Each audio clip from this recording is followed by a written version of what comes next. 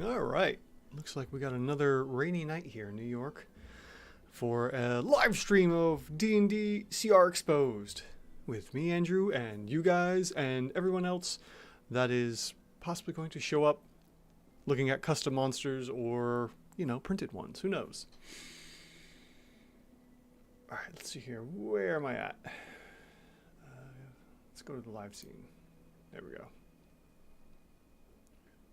I already got my spell damage tracker up just in case. We get anyone that wants some monster spells done. And let's see here. Oh, we got Clawpaw. Hey, Clawpaw, what's going on? Looks like it's just you and me right now. We'll see who else stops by. But for the time being, I've got, the tool set. Got some interesting ideas for the encounter building tool, as I was discussing in the Discord there about showing the ranges. On top of that, I was doing some more reading also and thinking about something I can do for the tool also to potentially show how the monster might behave based off of its stats. And the stats primarily come from someone, this guy on the monstersknowwhattheyredoing.com, or the monsters know, and he had a great post about how the ability stats would reflect the monster's actions. So this website here, you can also get his book, which I have the main book now too, but he has a second book. But this particular post right here of why these tactics went through and explained like a bunch of great things about, oh hey, what if the monster has less than 7 hit or intelligence and so on. And yeah, I'm thinking about adding that and incorporating it into the tool. Hey Naga, thank you for stopping by. Really great to hear that you enjoy the videos, and hope you enjoy everything else that's soon to come. Yeah, this website and the accompanying books actually are pretty fantastic. So it explains like, oh, how should the monster act with a certain amount of intelligence or wisdom, and then goes into also suggesting different combinations of, high strength, high constitution, and low dexterity.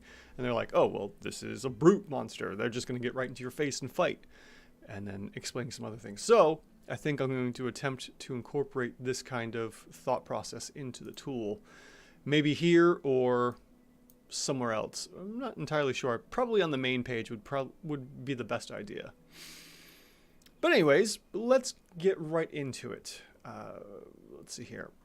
I know in the Discord there, Clawpaw, you had suggested the ice method, so we can take a look at that. And then after that, we can take a look at, was it there? Hong Kong, and his request for this massive stat block for Cyphus, the King of the Undying.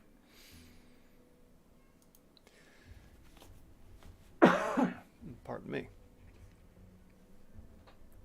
Anyways, let's see here. Monster manual for the ice method on page 215. Let me get my monster manual.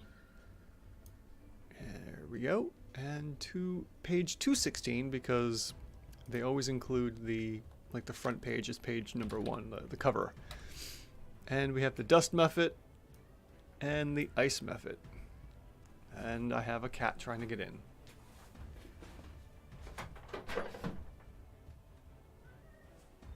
Pumpkin? Yeah? Well, hop in your window then. Come on. There you go. Get in there. Go lay down.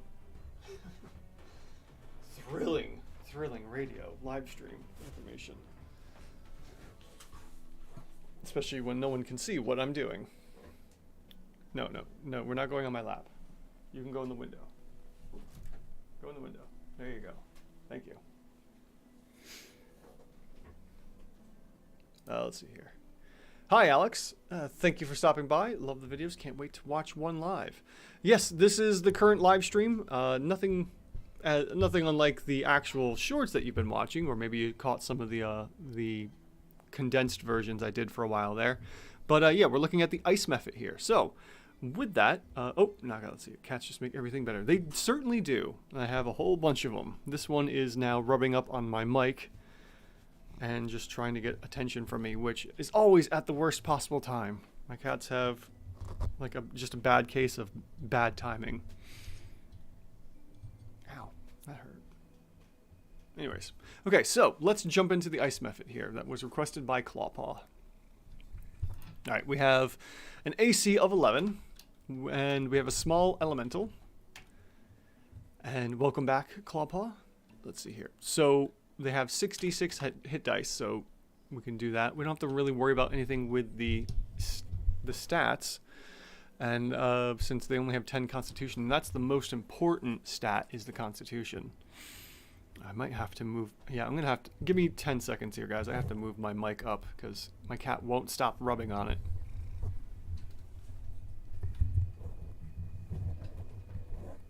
All right, that's a little better. Now I can focus and he can stop distracting me. All right, so now that our skills, or the main stats are all done, let's take a look at our skills area. And we see that we have damage vulnerabilities to bludgeoning and fire. This is only 2 conditions. Maybe if it was 3, I might consider it. Although that is a lot, considering. Most monsters generally have 0 or maybe 1. We also have damage immunities to cold and poison. Only 2 conditions, so I'm going to suggest that, especially with how rare these are, while poison is kind of pretty frequent, you know, it's not enough to really consider adding these in. So let's move on from there, and we'll have Death Burst.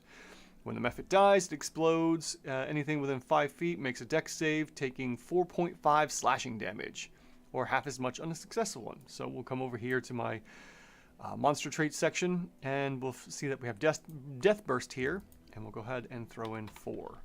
Now, I said 4.5 because when we have an odd number of dice, we always take an extra half a die and tack that on. So technically 1d8 is actually 4.5. And if you do the averaging of, you know, a die, like a 1d8, 1 plus 2 plus 3, and then divide it all by 8, you actually do get 4.5. So it's not just a fancy number. Mathematically proven. And then we have False Appearance, which has no effect on our Ice Mephit. And then we also have Innate Spellcasting. Once per day, the Mephit can innately cast Fog Cloud, requiring no material components. Its innate spellcasting ability is Charisma. Now, that could be actually handy for our Mephit. Let's see here. Fog Cloud is what? Level 1 or 2? Yep, it's level 1. And this could be worth 14 effective DPR. So let's take a look at and see what this is. We'll throw it into this little conversion table here, and we'll see that 14 effective DPR, when translated to a spell like this, a Fog Cloud, could be worth roughly 35 effective hit points of, you know, someone not taking that kind of damage. And we'll tack that on here. Let's see what happens. We'll go in here and we'll say, all right, an extra 35 hit points for our Ice Mephit. And so far, so good. We haven't really changed anything for it here. So let's see what happens after we throw in its attack, which we have 2 of. We have Claws and Frost Breath. So what's going to happen more? Well, the Frost Breath, will only happen 1 out of 6 turns in theory. You know, it could happen a little more often than that, but we should technically only see it 1 out of 6 every 6 turns of combat. So we'll have that bit of damage, and we'll come back to the claws since we'll be doing the claws more. Now our claws have a +3 to hit, so we would leave that alone in the attack bonus, and then we just go into the combat workspace and we'll start adding in damage. So we have 3 for its slashing, but because it's an odd number of dice, we add a little half there. And then we have 3.5 plus an additional cold damage of 2.5 as well. And let me get that correct. 2.5. So we're looking at 6 total damage for its claws. And then the Frost Breath, which it expels a 15-foot cone, could hit up to 2 targets.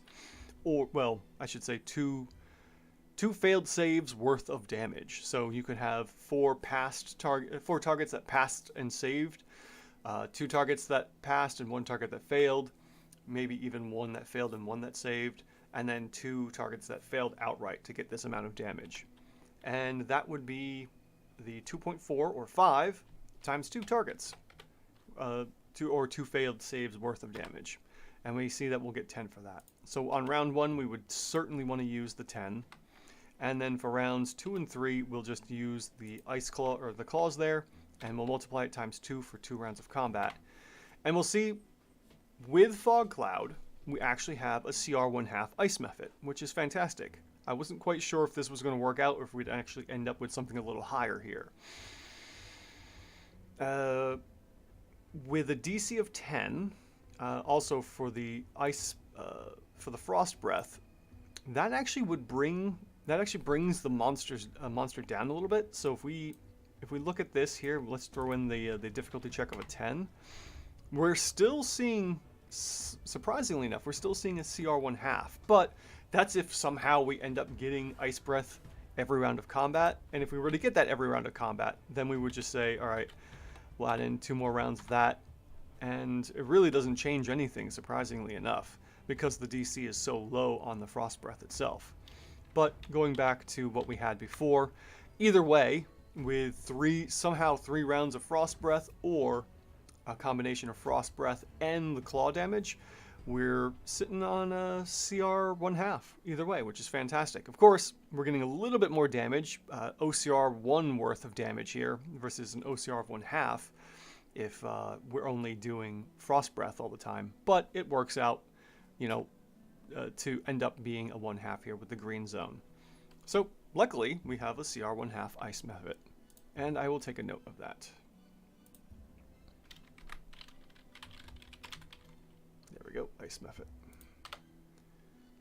Okay, so we had evaluated it, found a 1/4, a 1, and a 1/2. So luckily, it's even rated. And notes, no real notes for this. So there you go, Clawpaw. Our ice method is indeed a CR 1/2 monster. Just to go back and see what would happen if you didn't use Fog Cloud, let's take that off. And, you know what? I forgot. That's a spell. Ooh, hold up. Okay, let's take off one of these and see what happens here. All right, we're still CR 1/2, but we're not an OCR, an offensive CR of 1. I forgot, you got to cast Fog Cloud as one action. So I had one too many actions in there. Thankfully, I caught that. And the damage is still in there. Okay, cool. So what happens if we don't use Fog Cloud and instead do this times 3? There we go. We're still at a 1/2, but the the DCR is just garbage. Oh no. Welcome back, Clawpaw. Just covering, did you miss everything? Basically, just to cover everything again, Clawpaw, I had accidentally added in 4 actions with the innate spellcasting, but fixed myself and still found a CR 1/2, luckily. Okay, so either way, we're at a 1/2. And what new thingy were you talking about? While I get the tool ready for a long haul for Hong Kong's monster.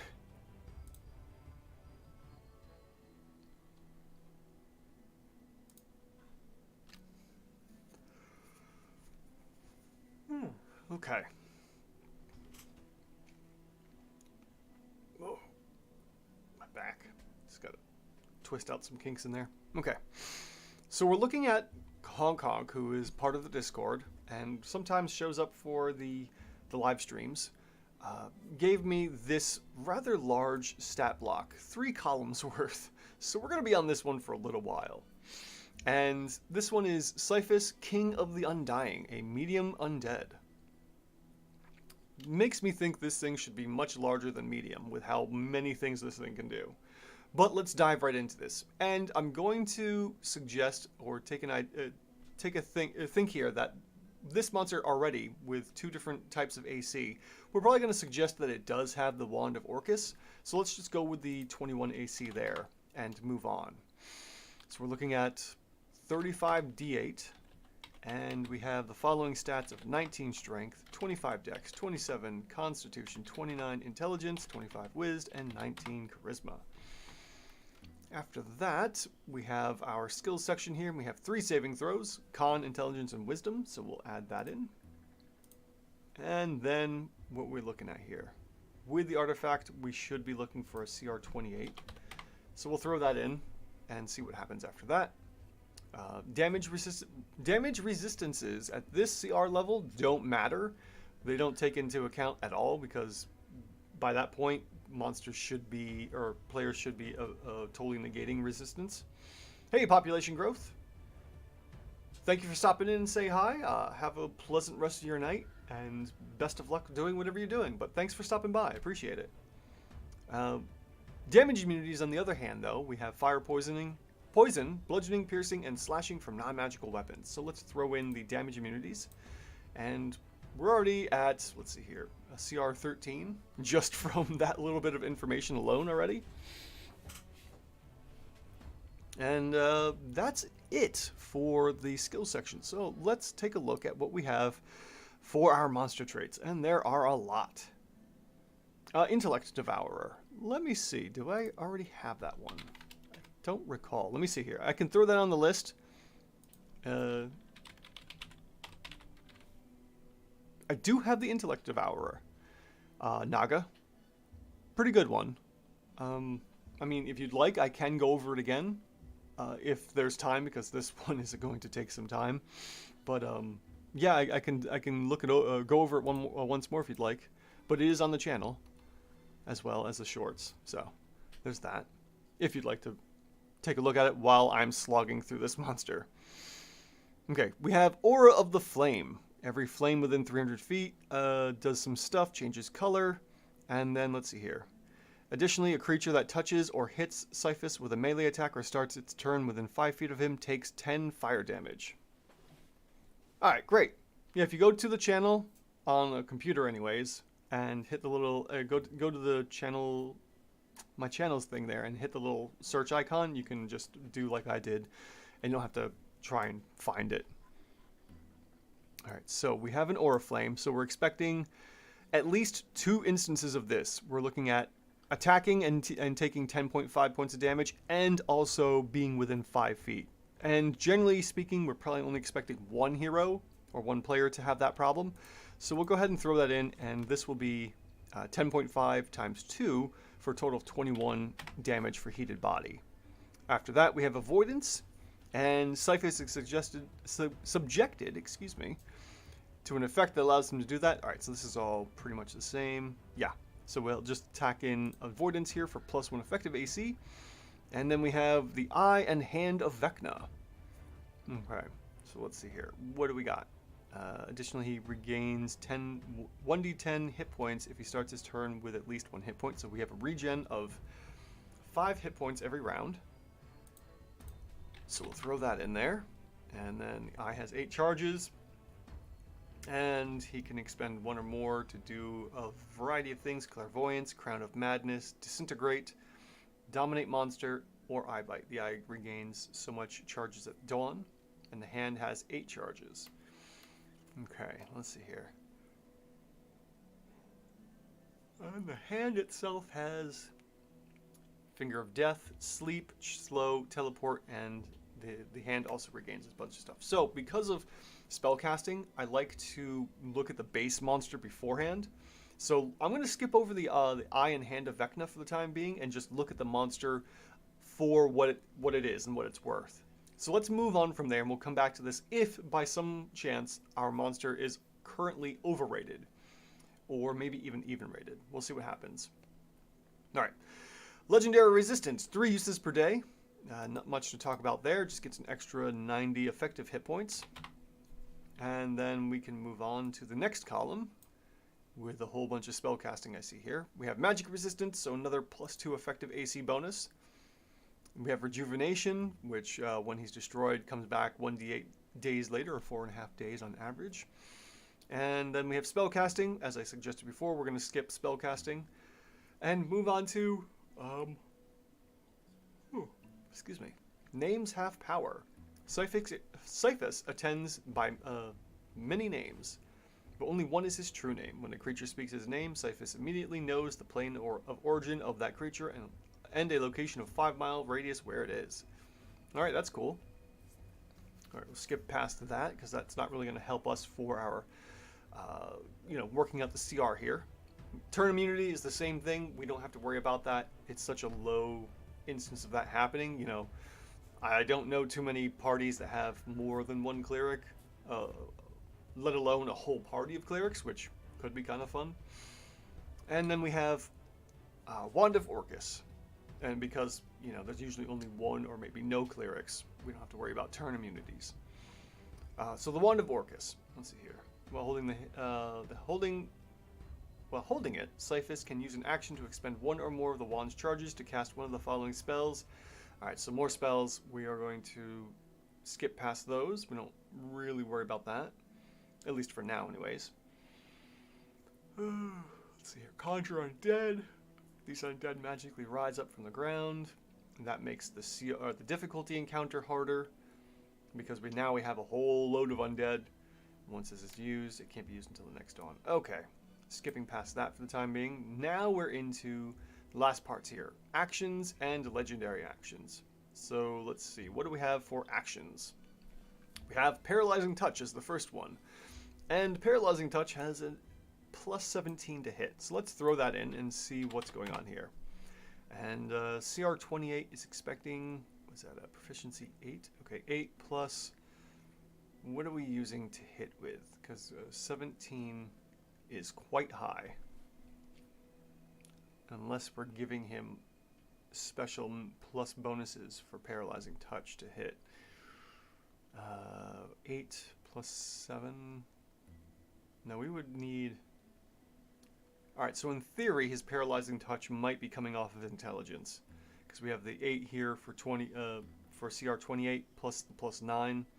So in theory, this is... Oh, yeah, it's a melee spell attack. So yes, that would make sense then. It's part of his Intelligence. So perfect. That works there. Plus 17 to hit. And then deals. What are we dealing with damage here? We have... Oh, let's see here. 10.5 cold damage. And then if Cyphus is attuned with the Hand of Vecna, the target takes an extra 9d8 cold damage. Or, excuse me, 2d8 or 9. And then the target must make a Constitution saving throw or be paralyzed. Alright, paralyzed is basically just incapacitated, and the closest thing to incapacitated is Tasha's Hideous Laughter. I think it's CR level 1, or excuse me, spell level 1. And that works out to be 11 damage per round. If we go over here to this and we look up Hideous Laughter. Shoot. Okay. Where is it? Yeah, Hideous Laughter. There we go. 11 effective DPR. And then we would just convert 11 to 27. So we could add in 27 extra hit points for the Paralyzing Touch every round. Because in theory, we are expecting that to hit every time. So we'll go ahead and pop in an extra 27 there. And then we have, what? Spectral Scythe. Another melee spell attack. And this one will deal 16.5 damage on the initial hit for necrotic damage. And an additional 9 for the Hand of Vecna. And then what do we have here? Constitution saving throw, or the hit point max is reduced by the amount equal to the necrotic damage. And Cyphus then regains any lost hit points equal to the necrotic damage dealt. This reduction lasts until the... Alright. So we're looking at necrotic damage. So we're dealing double damage here from the necrotic of 16.5. So we have to add in another additional 16.5 for the reduction in damage there. And then on top of that, we also add in the extra 16 hit points as well for hitting every round. We could add that into regeneration or simply just put it here in the extra hit point section. Which actually, I think, no, this is fine because the regeneration would multiply it for every round of combat, and we just want it in here once. So we'll just do it 16 like that. I believe that's right. And then on top of that, we have Wand of Orcus, plus 16 to hit, which is fine. We'll leave that at that. And that damage is being, let's see here, we're dealing 11.5 damage and an additional 13 for necrotic damage from that. And then we have, what we got? Etherealness, that just lets Cyphus move around, so we don't have to worry about that one. And Capture the Soul, melee spell attack, 1 living creature, 9 cold damage, and the creature must succeed on a DC 20 con save or drop to 0 hit points. On a successful save, the creature is frightened until the end of its next turn. Okay, so how do we work with Capture the Soul? This is an interesting one because when creatures or when monsters drop players to 0 hit points, how do you factor that in? Well, what I like to do is there's one website in particular I use, and that is 5ehp.com. It's real simple, and it just gives you basically an amount of hit points on average of what the players would have. So we're going to say here, this monster is more than likely going to be fighting level 20 players with a bunch of other stuff. So we're going to say every character could potentially be CR 20.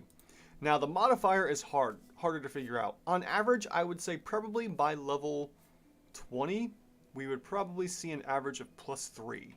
I don't want to go too much higher than that. I don't think fours would be less common to have an average of a constitution of +4, and certainly +5 would be extremely rare. Anything higher than that, and you know, we're talking about magic items, and generally speaking, only one character will have it. I also don't worry about the feats and extra stuff here, because we only have like one, you know, the Hill Dwarf. We're not too worried about that one getting extra hit points there and whatnot and so forth. So for level 20, I would say +3 is a good instance here. And what I'm going to do is I'm going to record all of these and get the average for every class here. So let's see here, 163 for the Artificer, and then we will come back here, and I have a whole bunch of these already set up. So we'll say 20 with with +3. So what were we looking at here? And I'm gonna actually bring this over into here so I can do this faster. Okay, so we're looking at 163 for that class plus the additional ones that would also have the same hit dice. So we can do this really quick, actually. So there we go. There's the majority of our characters with, I believe that's a D8 in hit dice. Then the next one would be the Barbarian, and we would see on average 205 hit points possibly at that level. Then after that, we would look for the Fighter at 184. And who else would that be here? That's the Paladin probably, and the Ranger. And then lastly we have Sorcerer and the Wizard. And they would have 142 on average with the +3 Constitution bonus. Not likely for casters, but just to make things easier, I generally stick to that. And then the last thing, we just average this all out. And we would see on average about 167, 168 points of hit points here. So for Cyphus here, we would say on average that attack would be dealing 167 points of damage. All right, so we'll come up here and let's go back to Cyphus real quick and look at Capture the Soul, which we would only see once every 6 rounds of combat. So 167 points of damage right there. We don't have any multi-attacks, which is good to see. And then we don't have to worry about that, but we can take a look at the legendary actions and see what we have going on here. So we have Cast a Cantrip. Cyphus can cast 1 cantrip, and we might as well take a look to see what Cyphus has as a cantrip. And we have, what we got? Chill Touch, Control Flame, Firebolt, Frostbite, and Shocking Grasp. Okay, what is going to be doing the most out of those 3? Luckily, I have the majority of those set up already, and we would be using the 17 plus column because Cyphus would be CR 28 at this range.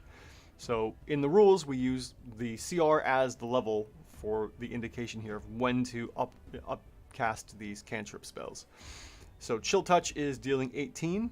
Control Flame is not a spell dealing damage. Firebolt is 22. So far, Firebolt's going to be our number 1. Frostbite is 28, so then we would use Frostbite next at that range.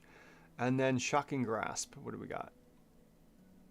Let's see here. Shocking Grasp is 18. So Frostbite is the winner. What is the range on Frostbite? Just for the hay of it. 60 feet. Wow. Okay. How is that? Let's see here. One creature. The target must make a Constitution save. Did I do that right? Let me just see this real quick. C5. All right. And C5 is A11 times 3.5. Okay, just double checking my work. Hold on a minute, people. Oh yeah, 4.6, but why?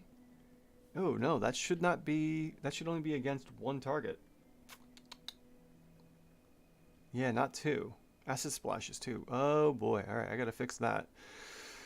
All right, so then, each of these needs to be updated. Let me fix that real fast. Okay. I was going to say, that didn't sound right. Firebolt should be the winner at 22. So we could do 22 points of damage with the Firebolt 3 times for our legendary action here. So we'll times that by 3 for a total of 66 for the first legendary set of actions. And then for 2 cost, we could do Cyphus uses one of his attack actions, which in this case would be the Spectral Scythe. So we would want to use that as our attack because it does so much effective damage here, plus an additional 22 for Firebolt since we have 1 action left over. Then we have Blue Flame, costs 2 actions. Cyphus casts Immolation without spending a spell slot, and he doesn't need to concentrate on it. Okay, Immolation. Let's see here. What are we looking at for Immolation? This is a 5th level spell. So we will go back over here to this and take a look for Immolation. So we're looking at 56 points of damage on this. Okay. And that only costs us 2 points. So we would do 56 plus an additional 22 for a Firebolt. So we're looking at 78 there. And then next we have Life Drain. Cyphus targets up to 3 creatures, but in this instance we will only use 2 because that's what we're expecting for damage. We could say we target 3 and 2 pass and 1 fails for that total of 2 failed saves. So we have, let's see here. Each target must succeed on a Constitution save or take 21 necrotic damage. So we would say 2 of them, 21 times 2 for 42 damage. And then Cyphus regains hit points equal to the total damage dealt to all targets. Nice. That is actually pretty handy and one to really consider since we would be doing double duty on this. We would be getting the damage plus we would be getting the hit points back. So in theory, that right there is going to be our better option so far. And then we would also, just because I want to keep that separated, we'll also add in a Firebolt as well for 64 plus an additional 42 in regeneration. And then lastly, we have Cast a Spell. Cyphus casts one of his spells or expends artifact charges. Now, this is where things could get really crazy, and I don't want to jump into that right now. So for the time being, we're not going to look at Cast a Spell. We're just going to continue on with looking at Cyphus bare bones without spells, besides the Firebolt stuff, because we needed that. It was easy enough. So what's our first plan of attack here? Well, we're definitely going to be using the Capture the Soul. Let's see here. 1 living creature takes 9 points of damage initially, and then the creatures must succeed on a Constitution saving throw. So they take a little bit of damage, and then they also take a whole whopping amount. So we would say 9 plus the 167. Okay. So the first round, right off the bat, would be to capture the soul. Let's capture 1 soul.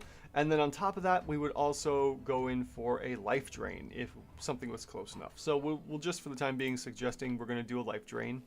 And we're going to take that 42 and we're also going to add it into our extra hit points here. So plus 42 because we also regen that amount every round. And we would then, let's see here. Next round, we've expended our capture the souls, so we have to go to something different here. This is when we get into the Spectral Scythe ability, and we'll do that, and then we'll also use that, and we will repeat that for round 2. So what are we looking at? Okay, right now we are looking at a proper CR28, which is concerning because when we start adding in all the magic that this monster has, we're going to be seeing a huge jump in power for sure. Just to take a look at things here, let's see here. We have Power Word Kill, which on average, how much does Power Word Kill do? That's the wrong one there. Here we go. Power Word Kill on average, is 100 points of damage. I should have just gone here. Power Word Kill, we're looking at on average 100 DPR. That's a good amount. Actually pales in comparison to some of the other damage that Cyphus can do. What else do we have? Power Word Stun, which is good. Finger of Death is probably going to be a big hit here. 61. Well, surprisingly enough, looks like he might actually be better off without using spells, unless we actually absolutely need it, which could come from, let's see here, do we have, like, shield? Oh, we do have shield. Okay, so here's a good use of some of his magic. We have shield. That's really going to crank up his defensive abilities. So we know Cyphus has the ability to use shield, and do we have anything else like counter spells or anything? I don't see counter spell anywhere. Hi, Clorox.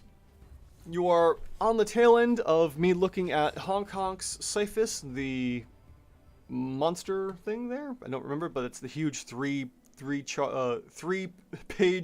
monster, and we also looked at the ice method for Clawpaw not too long ago. So you haven't really missed much. I'm just looking at the bare bones for Cyphus right now and doing a couple just double checks here. And at the moment, yeah, this is the big one I have accidentally avoided for the last 2 weeks, maybe 3, because I know I missed one. I missed a week not too long ago. But Cyphus does have the ability to cast Shield, so we need to add that in because Shield is going to be a major help. And it's such a big help, I added that in especially because we get 5 additional AC for that turn. And since we have more than enough spell slots, especially with it being a level 1 spell, we can start upcasting if we need it as well. Alright, so here's the big issue we have. I know for a fact the DCR is incorrect. This DCR caps at DCR 30, but it needs to go higher. So what are we actually looking at here? Okay, so here's the thing. At the moment, we are looking at an expected AC of 19. Cyphus has an effective AC of 31 with the shield spell. That's a big difference. We're looking at a plus 12 difference here, which means that we are shy 4 slots here. So it's not a DCR 30, it's actually a DCR 34 because we go from the 28 and we add in the half 12 difference of 6. So, 28 plus 6, we get 34. So we actually have a DCR of 34. Let me just go right to here. And we have an OCR of 25. So we would add those together and we get a total of 59.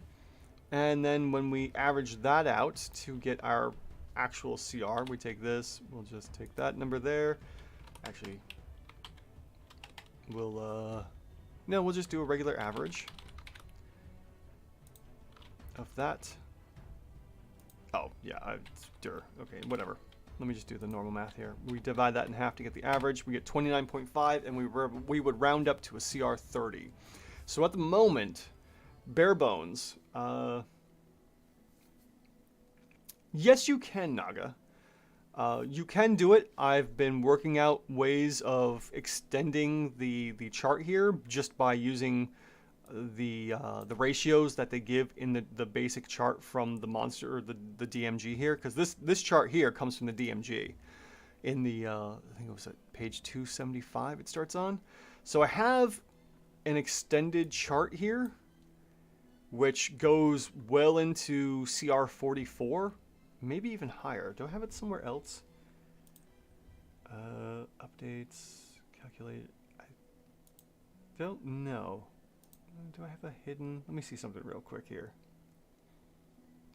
Oh, yeah, okay. No, that's for my trap CR. I'm not doing anything with that right now.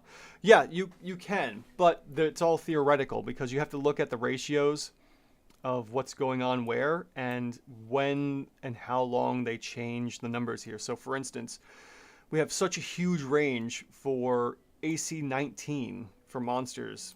You know, they expect a monster from CR 17 to 30 to only have on average an AC of 19. But we know we have monsters that go well above AC 20.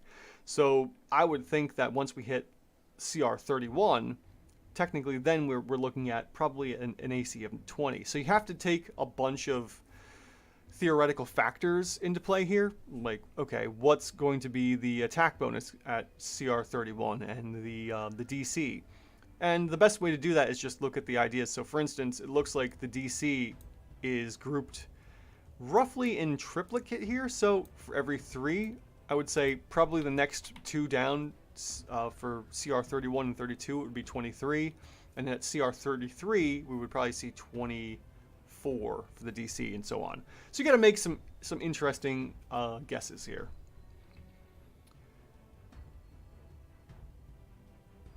Yes, I am currently Clorox. Clorox was asking if I have any plans to publish refine that expended CR table. That is something I am working on in the next few months. At the moment, my aim is on the encounter builder, and I'm going to flesh that out with a couple new extra things here. Again, this isn't my idea. This is adapted from the Sly Flourish's Lazy Encounter benchmark. So if you like the idea of this, and I talk about it a lot on Discord, and I'm going to be putting out some videos about it pretty soon, some actual videos, not shorts, I highly recommend the Sly Flourish's Lazy Encounter benchmark. It's super handy for building out encounters. Let me go over this real quick, just for the heck of it. So let's say we have a party of 3 players at level 4, and we have 1 player at level 6. So when we convert all of these around using some of the information here, we see that these players are worth, these 3 players at level 4 are worth a CR3, and this 1 player at level 6 is also worth a CR3. So that gives us a total CR of 6, right?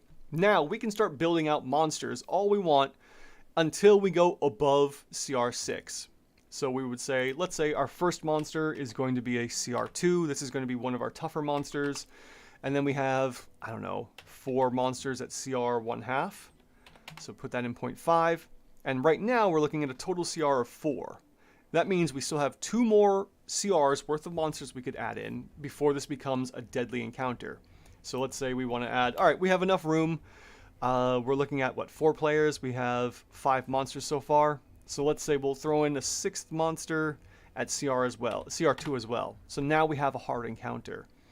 If we go over that, let's say we add in, you know, just even if we add in like a CR 1/8, 0.125, we now have moved potentially into a deadly encounter. That's a really good question, Naga. That comes with, at the moment, comes with experience, knowing what your players can and can't handle. This system here looks at your players as base. So for instance, if your 3 players at level 4 are running around with no magical items, at base then, their abilities from their classes and subclasses should be equivalent to, let's see here, what is it, level 4 player times 0.25, so they're worth CR1, right? So a 4th level player with every ability that they can do and all their actions and whatnot should be equivalent to a CR1 monster. Now, if somehow that level 4 player got a magical piece of magical equipment, then that might start to ramp up their CR a little bit. You know, maybe 1 magical item might be half a CR. 2 magical items might be, you know, a full 1 CR, so they might now be worth a CR2 monster.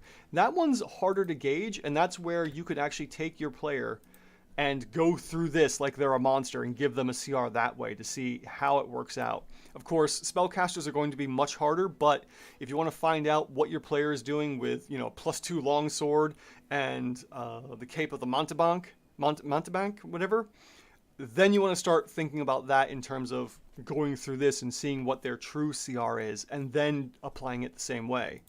So if you figure out what your monster is, or what your player is as a monster, then you can build out really good encounters. And generally speaking, the best encounters are going to be a 1-to-1 ratio or 1-to-1.5 ratio. So right now, this would be I would say this is a pretty good encounter here, where we have 6 monsters and 4 players. So there's a little bit of doubling up on certain targets and what have you, and less resilient players might have maybe 1 on them. But unfortunately, it's a balancing game of, what is their actual CR? Hard to say until you go through the numbers like they're an actual monster. You could, yes, you certainly could give monsters magical items. Depends on what you give them. So for instance, Cyphus here with the hand and eye of the Wand of Orcus and the hand and eye of Vecna, that's really going to potentially drastically change the monster depending on the damages that can be dealt to players and what have you.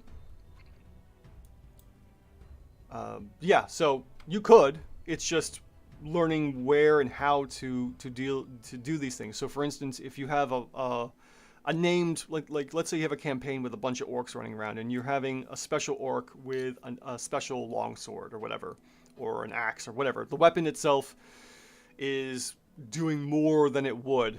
I would say probably it might, if it's a really high, it's an extremely powerful magical weapon, I would say probably somewhere around the realm of maybe 1 to 2, depending on the weapon itself, of upgrading its CR. If it's something kind of basic, maybe it increases their strength a little bit, then I would say maybe 1 CR total. So for instance, if an orc has a belt of giant strength on for some reason, and let's say it gives them, I don't know, 24 strength or 23 strength, then that would definitely increase their OCR for sure. And you just have to look at, maybe a slight increase. So an orc with a belt of, a basic orc with a belt of giant strength might go from a CR 1/2 using javelins. Otherwise, the Great Axe technically puts them into the battle. Yeah, the Great Axe puts them as a CR 1. Using a javelin for that CR 1/2, but a belt of giant strength, we probably would see maybe CR 1 at that point with the javelin as well. Hopefully that answers the question. It's a weird game. You have to play with it, and it's one of those things where I suggest, going through this stuff here and seeing how it really affects the monster. Actually, we could do that next. But let me wrap up Cyphus real quick. And just to verify, with shield and base stuff alone, Cyphus goes from a CR 28 to a CR 30. If we remove the shield ability, what are we looking at then? If we remove shield, we have an effective AC of 26, which is 7 over the expected 19. So that's a total +3 movement. So we're looking at, what, DCR 31? And that would be a CR 20 as well. So without shield, and without casting any spells from any of the other stuff, if I've grabbed everything correctly for Cyphus, we're looking at a CR 28 proper with all of the artifacts. But the next step is then trying to figure out spell damage and whatnot, and then going from there. Okay, so let's take a look at our basic orc actually, and then let's give it some kind of crazy weapon. While I'm getting the orc stuff up, someone put out some magical gear, and let's see how it affects the orc itself on its own. So give me some kind of weapon to include into its attacks rather than the javelin or a great axe, and we'll go from there. All right, so the orc is on what page? We're looking at 246. So we'll go to 247. And we have our basic orc. All right, so I'm going to quickly go through all this and add in the information here while we get a special weapon for our orc and see what happens. The Holy Avenger? Okay. I will pull up the Holy Avenger in a moment. Let's see here. 2d8, and we got a Constitution of 16. Should be a CR 1/2. And let's see here. We have aggressive, so we'll throw in aggressive for our orc. So we have an orc running around with the Holy Avenger. This is going to be good. Okay, so right off the bat, we're looking at so far 1/8 here. Okay, we can also look at the Flame Tongue. We'll look at the Flame Tongue after the Holy Avenger. So let's see how those two change the monster up drastically. Berserker Axe, okay. So right off the bat, right now, without doing anything different, let's take a look at some stuff real quick. With our Great Axe, we have 9.5 damage times 3. So this is what I was saying before. The Orc actually is a CR 1/2 monster with a Great Axe. But then if we switch this to the Javelin, we have 6.5. We have a CR 1/2. So, unfortunately, if you're playing Orcs, I highly recommend only using D6 damage weapons with the Orc. So, give them short swords or any other type of weapon that uses a D6 rather than the Great Axe. Otherwise, we're looking at a CR 1/2.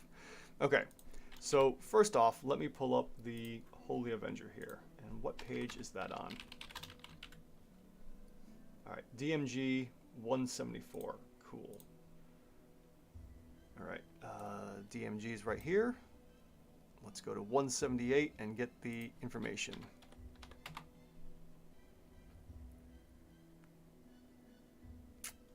Did that not go in correctly? Iron Flask, Javelin.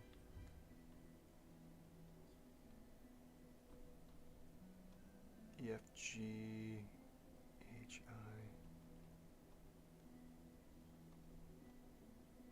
There we are, Holy Avenger. Okay.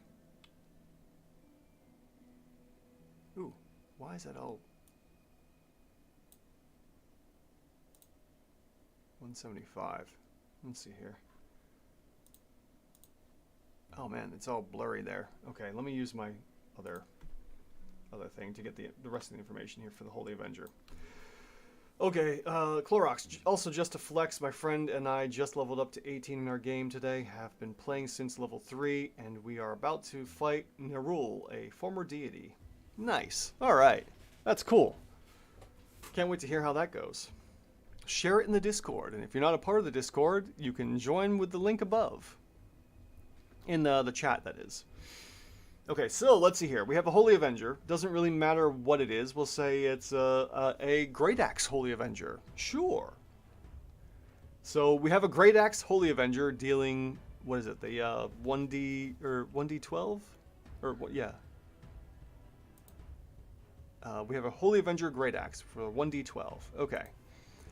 So what base our Holy Avenger is going to be dealing 9.5 points of damage, right?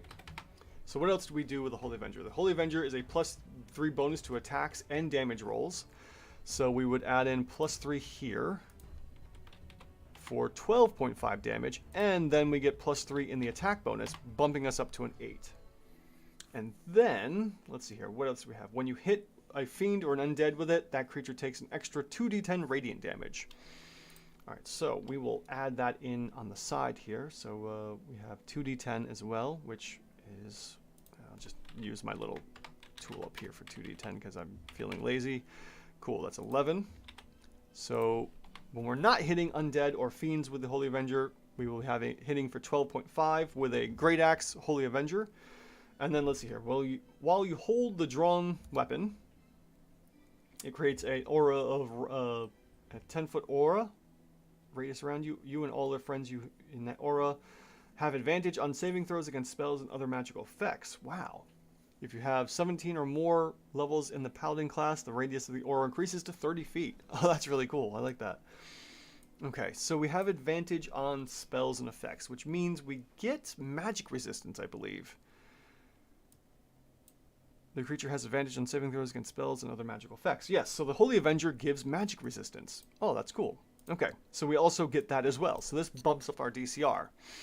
Okay, so we only have one attack with our Holy Great Axe Avenger. So we don't have to worry about the multi-attack here. But just because I want to have a place to put it, the extra undead fiend damage in later, I'm going to put that there. And we'll take this and multiply it by 3. Okay, so our orc, normally without +3 bonus to damage and attacks, as well as magic resistance, goes from, with a Great Axe, a CR1 to a CR2. Let's see what happens if we fight fiends or undead. Now, this should be pretty fun because we're adding in 11 extra points of damage, and we now go up to a CR3. So, at best case scenario, our measly little orc here who suddenly somehow got themselves a holy Great Axe Avenger goes from being a CR1 to a CR3 monster. That's pretty significant. That is what I would expect from such a high level legendary weapon. Now, when you start getting into the realm of multiple attacks, then that's even better. So, for instance, let's say our creature can attack twice. It has a multi-attack of 2. So let's double all of that times 2. And now we get up to CR4. Not as great, but, we are being severely hindered by our low DCR here. The more our hit points go up, the more we are, the AC gets better. Let's say we get some crazy AC of like 18. Now we're starting to get up into higher territory here. But let's take a step back.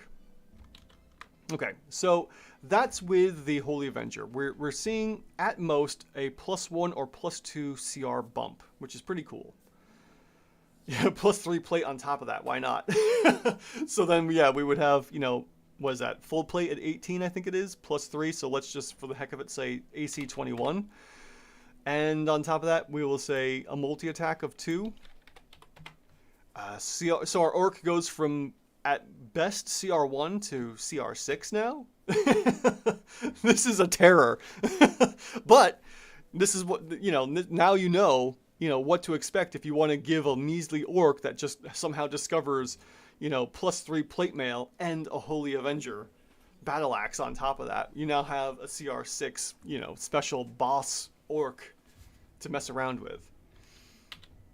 Okay, so we're back here. Let's take a look at this with the, what was the next one? Flame Tongue, I think it was. This is one thick orc. You are not kidding, Naga. Very thick. Oh man, that is power creep to the best, for sure. Okay, Flame Tongue. Let's look up the Flame Tongue next. Let's see here. Flame Tongue. Oh man, why is all that on the side? Oh, that's so disappointing. I think that's just, I don't know. Let's see here. Oh, I went too far, and I went the wrong way. All right, we're looking for Flame Tongue. Jeez. Frostbrand. Okay, Flame Tongue. There we go. Okay. So we will now say we have a Flame Tongue Great Axe, because why not? It can be anything. So Flame Tongue Great Axe.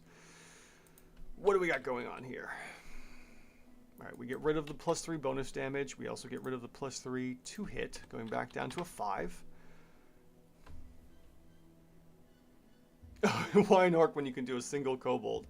We could do that too. We could look at you could do the same thing with a kobold. I believe, what did I rate the kobold at? Because they're supposed to be in one. Oh, that's right. Yeah. With pack tactics, kobolds are technically a CR1 quarter. So in theory, a kobold with a Great Avenger dagger, for instance, could also bump up, upwards of 1/4, probably to a CR1, maybe CR2. I think I picked orc just because I have a video that's going to be coming, some shorts videos coming out pretty soon for them. That's probably why I picked orc. Boss idea, just normal orc who found a legendary item somewhere by chance. Exactly, Clawpaw, exactly. Let's see here. If you get the chance in some shorts or a future live stream, could you go over the Archons from MME 3? I can. I have to get my hands on the book. I don't have the book just yet, but I will.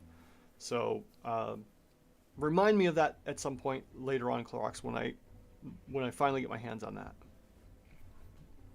Okay, so what does our Flame Tongue do?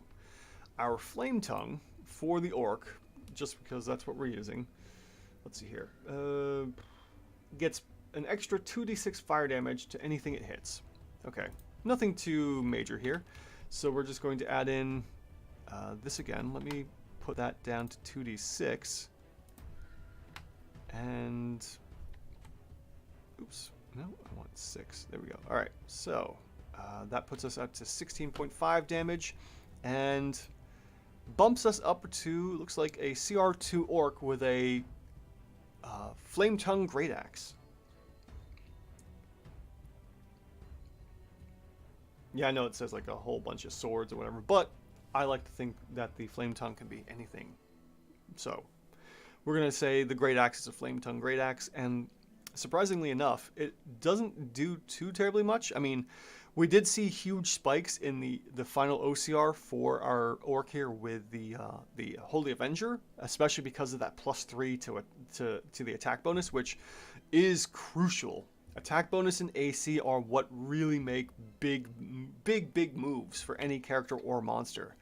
Added damage isn't that much of a big deal because it takes so much more damage to move from one CR range to the next. I mean, we're looking at, what, 5 or 6 points of damage just to go up to the next CR when we only need 2 to technically bump us up from one CR to the next. So this is why the Flame Tongue itself isn't doing too terribly much in terms of increasing our monster's overall CR, but it's still doing something. I mean, we went from 9.5 on average to, what is that, 18? Why are we getting... Oh, yeah, because of aggressive. That's right. So we go from 11 to 18, and now we are in the next range here. All right. And then we also have, what was it? The Berserker Axe. Let's see what the Berserker Axe is. Okay, DMG 155, which will be back here somewhere. That's the Defender. Okay. What we got here? D's. We're still in the D's, C's. I saw something come in here, so let me find the Berserker Axe. There we are, Berserker Axe. Okay. Unfortunately, it's all garbled out, but I have some side notes here. Alright, Naga, does the weapon being magical change something? I remember the Oni having something on that. Oh, wait. Oh, I forgot to take off magic resistance. Oh, I knew I did something silly. Okay, luckily that didn't change anything for our Flame Tongue monster, or for our Flame Tongue orc. But that didn't change. All right, so we're still a CR2, thankfully. Okay. Magical weapons. Weapons being magical. No, not really.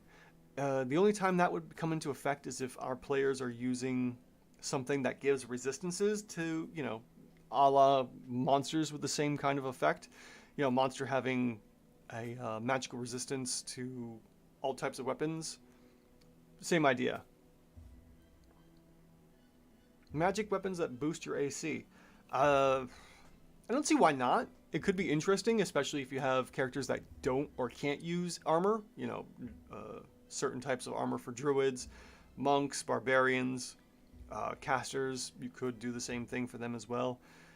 You could give it a shot and see what happens. I mean, it would be, you know, when you think of it, in imagination kind of moves with that. It's a little oddball, but why not? You know, it could be a reinforced special type of rapier, you know, that covers more than the hand or something. I don't know.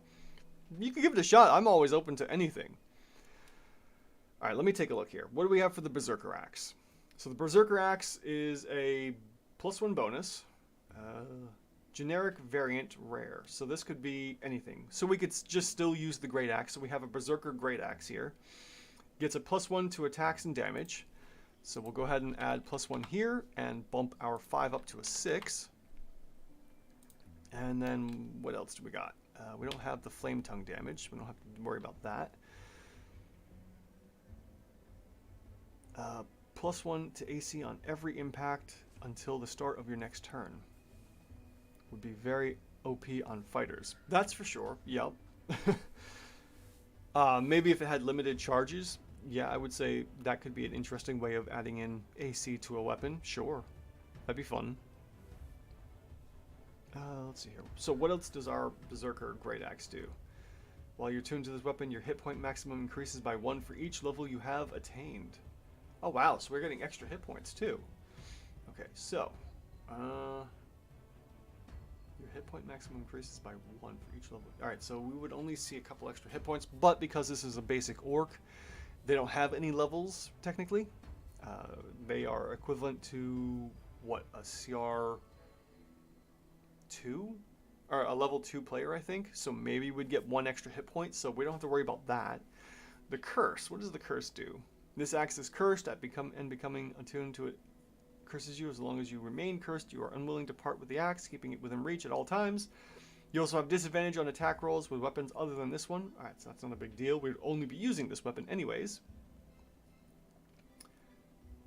Alright, and whenever a hostile creature damages you while the axe is in your possession, you must succeed on a wisdom save or go berserk.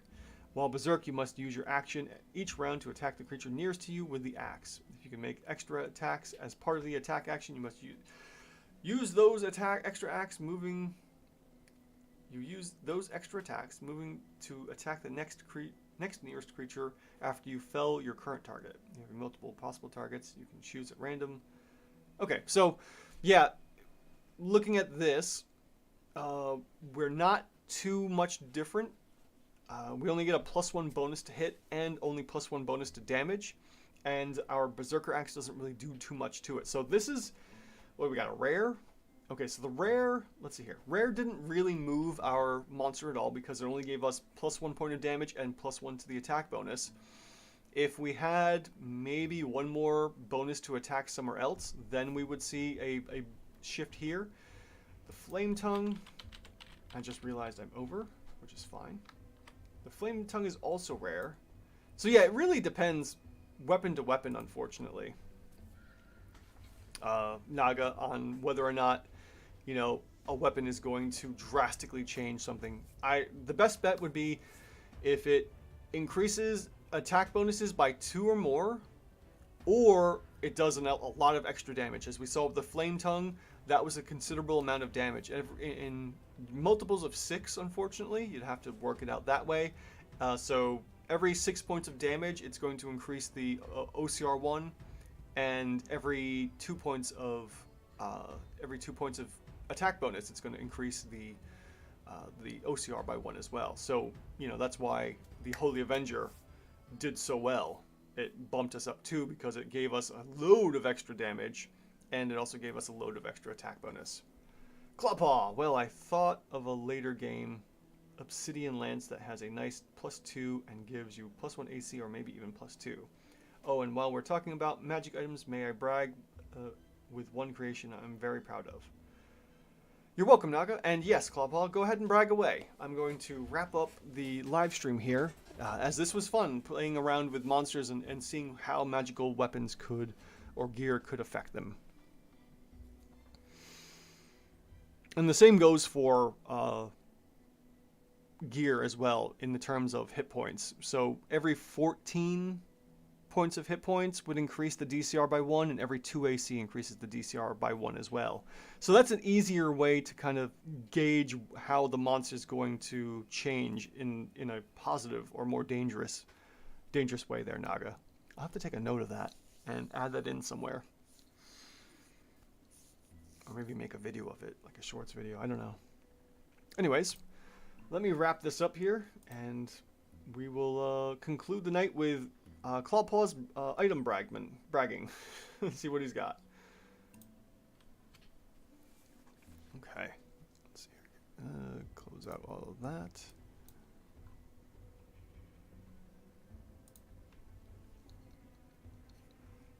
Whew. While Clawpaw writes all that out, I will just give out the ending intro here and the outro and say thank you all for joining me as we deconstructed monsters and looked at their CR. Oh, what we got here? Okay, so technically it's the Devil Axe, rare magic with simple weapon, 1d10 +3 and auto crits on rolls 11 and higher. Good lord! 11 or higher. Oh man. So it deals necrotic instead of slashing, but wow, okay. Oof, +3. So the +3, that's to hit and extra damage, right? So we're looking at 5.5 +3, so we're looking at 8.5, and then +3 to hit. Oof, yikes. And critical damage on that as well. Man, If you roll 10 or lower, you roll for crit damage and take it all yourself. Oh, that's terrible. Okay, so cursed item, I take it. Nice one. Oh, that's good, Clawpaw. Yikes. Okay. Thank you all for joining me tonight as we deconstructed some monsters and looked at one from the book and one from a Discord viewer, Hong Kong there. Thank you for that one, Hong Kong. Again, that monster was a CR 28, technically 30. And yeah, Clawpaw, that is definitely a gamble. Thank you all for joining me, Naga, Clawpaw, Clorox, and Population Growth. You've all been awesome. There was also Alex. Alex earlier on stopped in to say they liked the videos. Thank you all. You've been amazing and awesome for joining me. And yes, basically a yellow axe. YOLO axe. There we go. Thanks for joining me on this Saturday night. Also, because of the newest poll on the channel, it looks like people would rather watch on Friday nights. So this coming Friday, I'm going to do the live stream. I'm going to set up for Friday night, probably at the same time, 10 o'clock at night. And maybe I'll see you all there. And we'll try Friday this week because I've got something going on. I got family stuff on that Saturday anyway. So again, thank you all. You've all been awesome for hanging out and deconstructing some monsters with me, exposing those CRs. Have a good night, everyone, and I'll see you next Friday.